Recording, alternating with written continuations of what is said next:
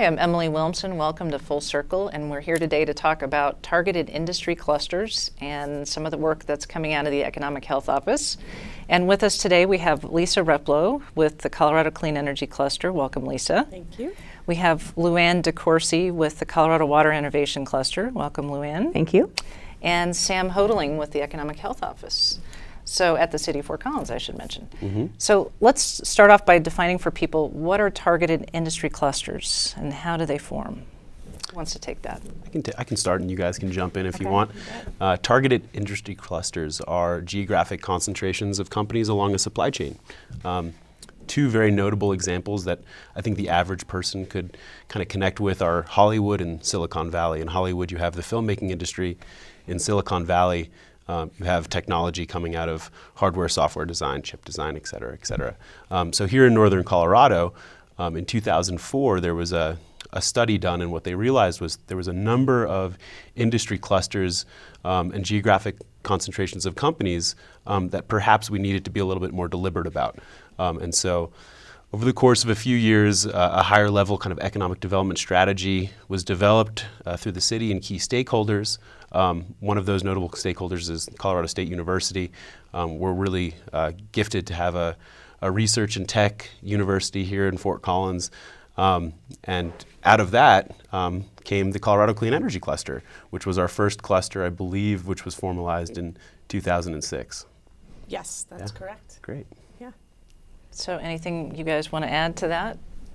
Well, I think that a cluster can be real organic, and you just have it. Like Nashville would be another example, Mm-hmm. or it can be that real formalized sort of piece. And you have to look at like the economic development of the area, and all of those can be partners beyond just the three partners too. And if you engage the whole community, then you can hopefully bring in new innovation to an area. Okay, so it's not necessarily just businesses, it's other partners as well. Mm-hmm. So, for example, Clean Energy Cluster, who are some of your key partners?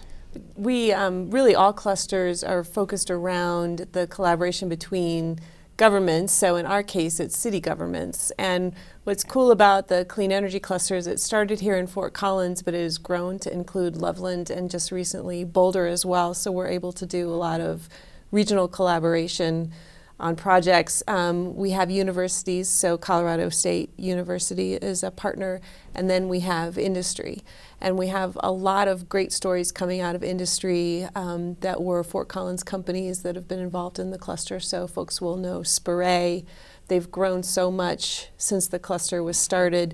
It was part of their growth, but not all of their growth.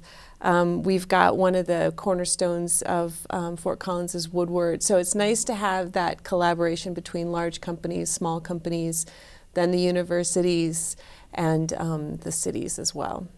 So how do you all come together to formalize these things? Who comes up with the idea for a cluster? How does it manage to get some legs to it? I think like Luann said, sometimes they are a bit more organic. Other times there is really kind of intentional strategy behind it. Here in northern Colorado, our kind of key, our traditional clusters, if you will, are obviously clean energy, water innovation, and bioscience. We also have what we would call more mature clusters, which are kind of microbrewing, our beer brewing community, as well as hardware software with Intel, Avago, HP, and many other companies on the south side of town.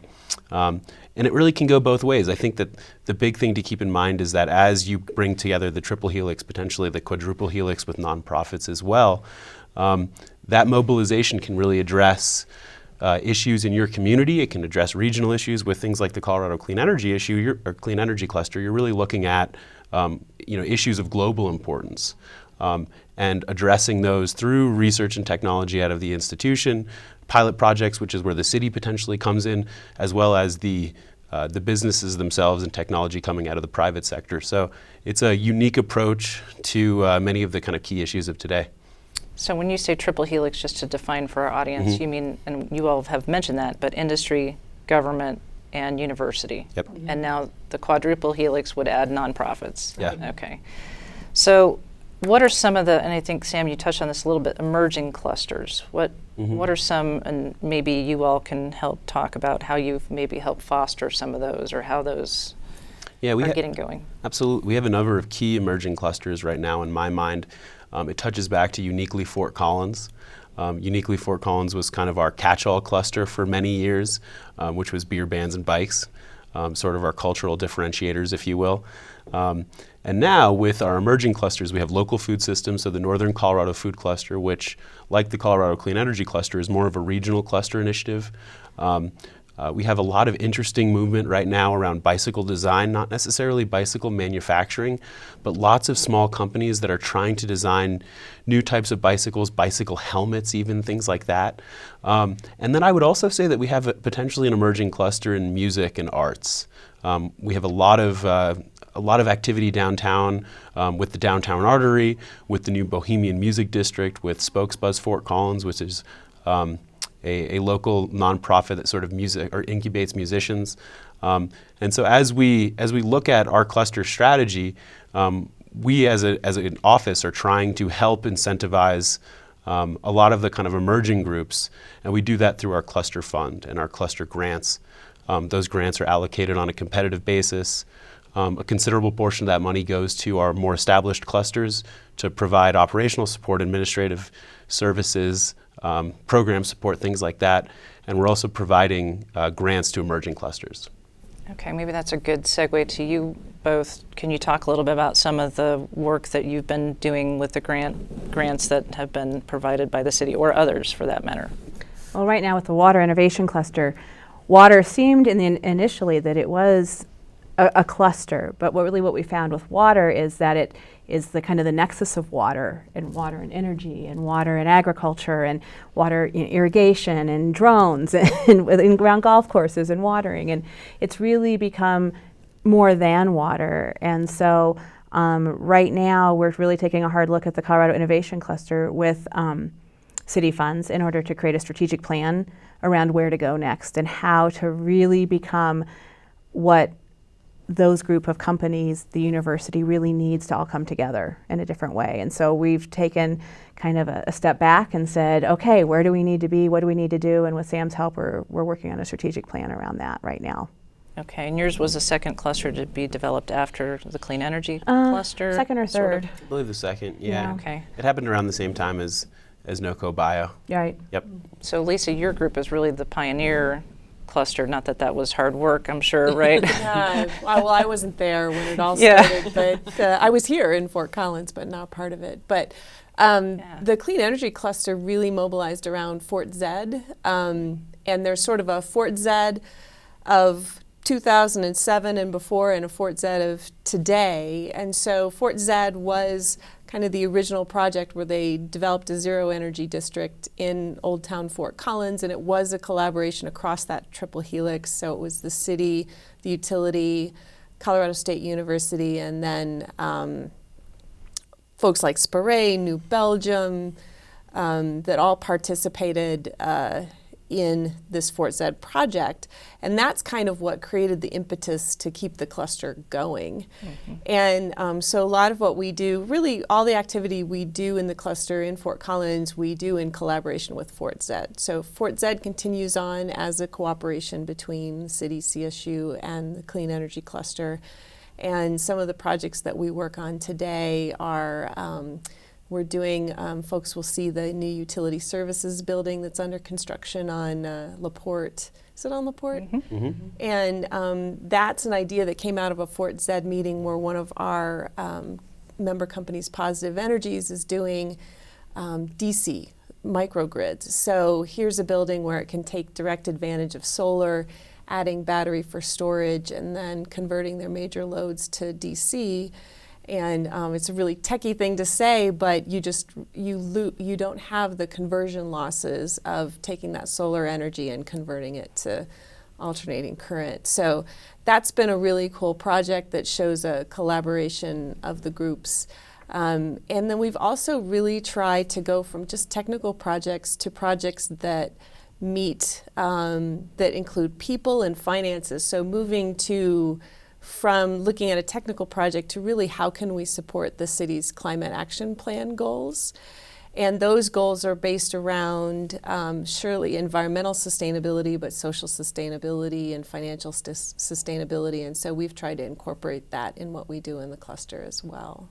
That's great. And so Fort Zed, I know a lot of people are fascinated with Fort Zed almost more on an international scale than they are even in our own state. How there's not so much physical projects to see. So how are we, like, what are some things that Fort Zed has done that people would be really familiar with? Like, there's solar panels on parking garages at CSU. That's been part of Fort Zed. Right. What are some other obvious examples? Yeah, so there's solar panels on North Side Aztlan. I can never say that right. But really, yeah, everything you see, you really can't see. And it's funny because we'll have a group from China come in and say, we want to see Fort Zed. And it's really pretty much the city now at this point. But it's really a lot of the learnings that came from Fort Zed. Some of them were technical, and they have been adopted into standards that are used today on things like, so some of the things you couldn't see are controls that are in Northside that control the air conditioning or control, curtail load when energy use is high.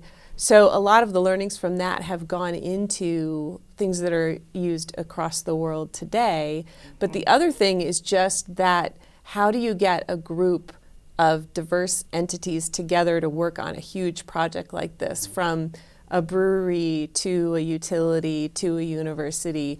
And that's really what Fort Zed was, and that's what we're applying in the future. And that's really also the backbone of the cluster model, is how to get all these diverse groups cooperating, but also in a safe environment where you can share crazy ideas. And that's where innovation comes from. And so what's really cool about what happens in clusters and in Fort Collins, and what the city is encouraging, is that someone can just have a crazy idea, but they don't know how to move it forward.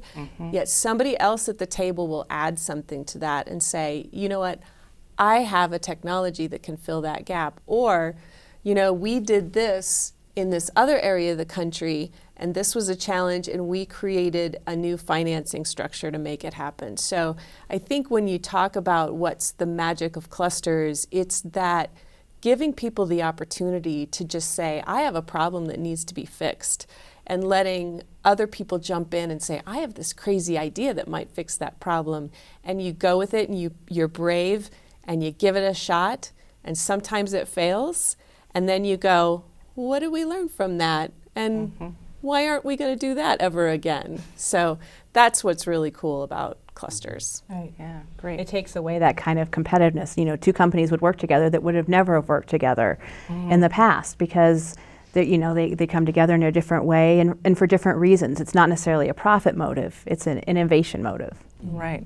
So good segue to you, because that was great, Lisa. Thank you for sharing that about Fort Zed. So what are some of your projects that the Water Innovation Cluster has been? Probably the biggest project that has come out is the Net Zero Water Project, and that project really has been several of our companies coming together with some companies that are outside, and with CSU, and again New Belgium as kind of the backbone of everything lately, at least in our two areas it seems like, and the city of Brighton and City of Fort Collins provided some funding for this project. And really what they did is they've created this toolkit that you can apply to a building, you can apply to a city block, you can apply to a whole university, and it's a whole toolkit with all the formulas and everything in that you can start tracking, say, what your usage has been, gives you ways to not use that water, and so you're really looking towards net zero water.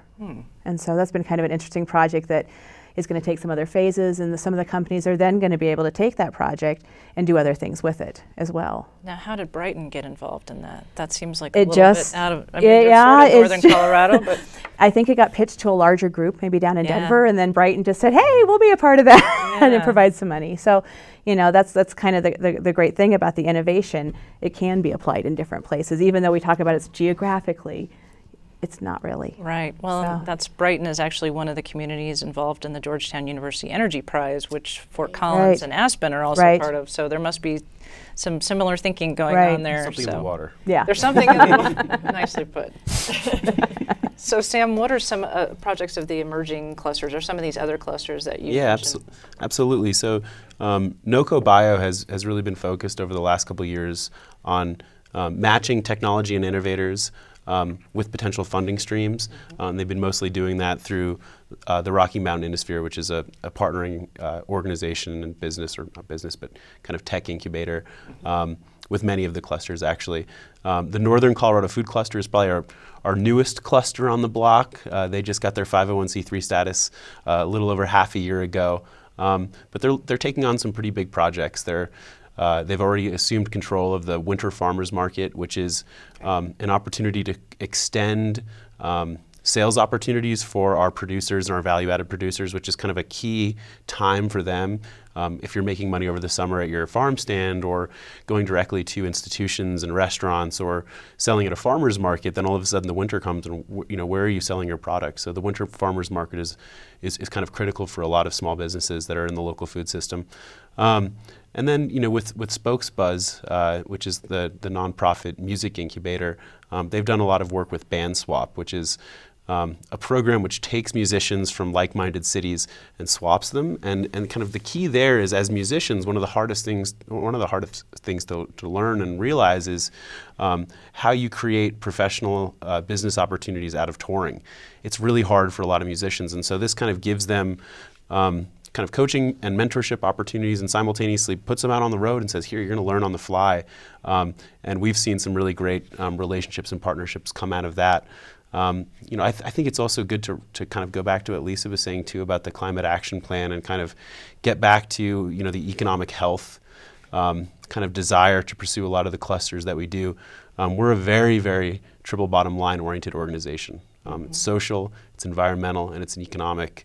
So we look at issues, we look at programs, we look at kind of challenges in the community through that lens and try to find ways to solve it. In this past spring, Fort Collins received this major award from the Smithsonian exhibit.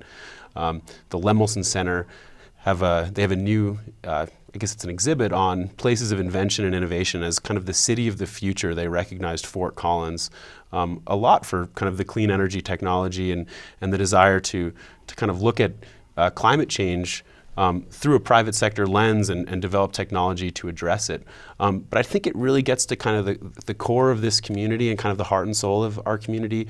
We're looking at the local level, at local food systems, at water technology, at renewable energy, at bioscience, and curing diseases and things like that. And we're incentivizing that. We're coming up with businesses that address that. And so we're doing that at the local level. But these issues have major global ramifications, and they're also intrinsically triple bottom line, all of them. There are social concerns, there are environmental concerns, obviously. And we're doing so by kind of promoting private sector collaboration with government and our research university. So I think that there's just a lot of promise in the kind of technique and approach that we're taking here in Fort Collins.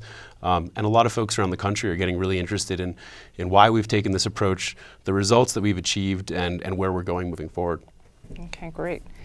Anything you two want to add before I go on to another question? Well, Sam made me think of, a lot of people ask why cluster, and they joke about the name, and there's actually, cluster theory is based on some work done at Harvard University from a while ago, where they studied across the country during times of economic downturn and looked at areas of the country that had less downturn than others, and that's really what identified clusters, that areas that had these clusters of businesses or industry and had the collaboration between the government and the university and across those, like Luann said, competing industry, survived economic times better than others.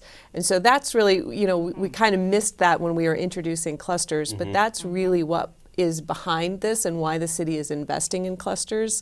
And we're fortunate right now that we're in a good time and houses are being built. But, it wasn't so many years ago that the economic times were challenging, and Fort Collins did better than other areas of the country. I don't know if you want to add on to that. Yeah, local resiliency. I mean, the data supports exactly what Lisa was just saying. And there's really something to be said about how collaboration and the Triple Helix approach provides your community with economic resiliency. And I think we're really proud of the approach we've taken, and excited about the direction moving forward. So I'm a small business in town and I hear about this. How do I get involved? How do I reach out? You know, I just have an idea and I don't know where to go.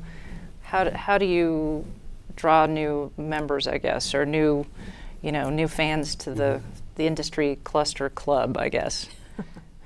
I think we kind of hope that people will find us to a certain extent. You know, Yeah. We have Absolutely. websites. we have You all websites, we have social media, all of those sorts of things. But I think I think the city does a great job of like trying to get people to the right place too. I think talking to larger business, I know one goal that I'm going to have in the strategic plan is that these larger companies like that are real established can help those startups. And how do you mentor, and creating that mentor relationship between those, and so kind of a mini incubator within a bigger incubator and accelerator, and trying to figure out how to do that. But I don't know if there's one specific space for people to go to say, okay, my idea fits this cluster and I'm going to dive in here Right. at this But point. we're all, we're open to talk with folks. So, Luann's information, my information is available on our websites.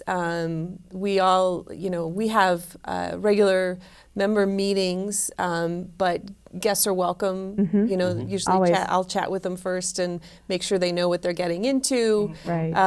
And we've started having happy hours, and I'm planning to have a little more kind of outreach events where we present some of the things the cluster is working on so people can get to know about it. But we're all little organizations that do, 10 different things in one Yeah. day. So, Right. but we're always really open to talking with folks. And if I'm not the right person for them to talk to, I always, try to help them find the right person. Yeah. Yeah. Our active cluster initiatives, which are our clusters that have kind of, they're established, but also there's a lot of movement around the programs and such. The Colorado Clean Energy Cluster and the Colorado Water Innovation Cluster being two of those, have executive directors. So those people would be great resources for anybody in those specific areas. If it's a little bit more of a nebulous thought or idea or whatever, I'm certainly a resource that people can reach out to. We have connections here through the city to a lot of the other kind of support mechanisms in the community, whether that's the Innisphere, Galvanize, or the SBDC, the Small Business Development Center, CSU as well. And so it really, it would be about troubleshooting. So if you had an idea or a question, come to one of us and we'd be able to connect you to the right people. We're really excited about that too. The Kauffman Foundation, which is out of Kansas City and measures entrepreneurship, 2 years ago kind of redid a survey around the country about which cities were putting out tech entrepreneurs, and per capita, Fort Collins and Loveland actually showed up as number 2 in the entire country on their list. And so, we see this major kind of groundswell in terms of startup businesses and people coming up with ideas in their garages and needing a place to bring them. And we really have a fantastic ecosystem of support here in Fort Collins that people can turn to. So go to our website, fcgov.com/business/target industry clusters, and that's one resource, and get in touch with us. Okay, Yeah. great. Well, that's all we have time for, so I want to thank our guests. Thank you, Lisa and Luann and Sam, for joining us today. Yeah, thank you guys. And we'll see you next time on Full Circle.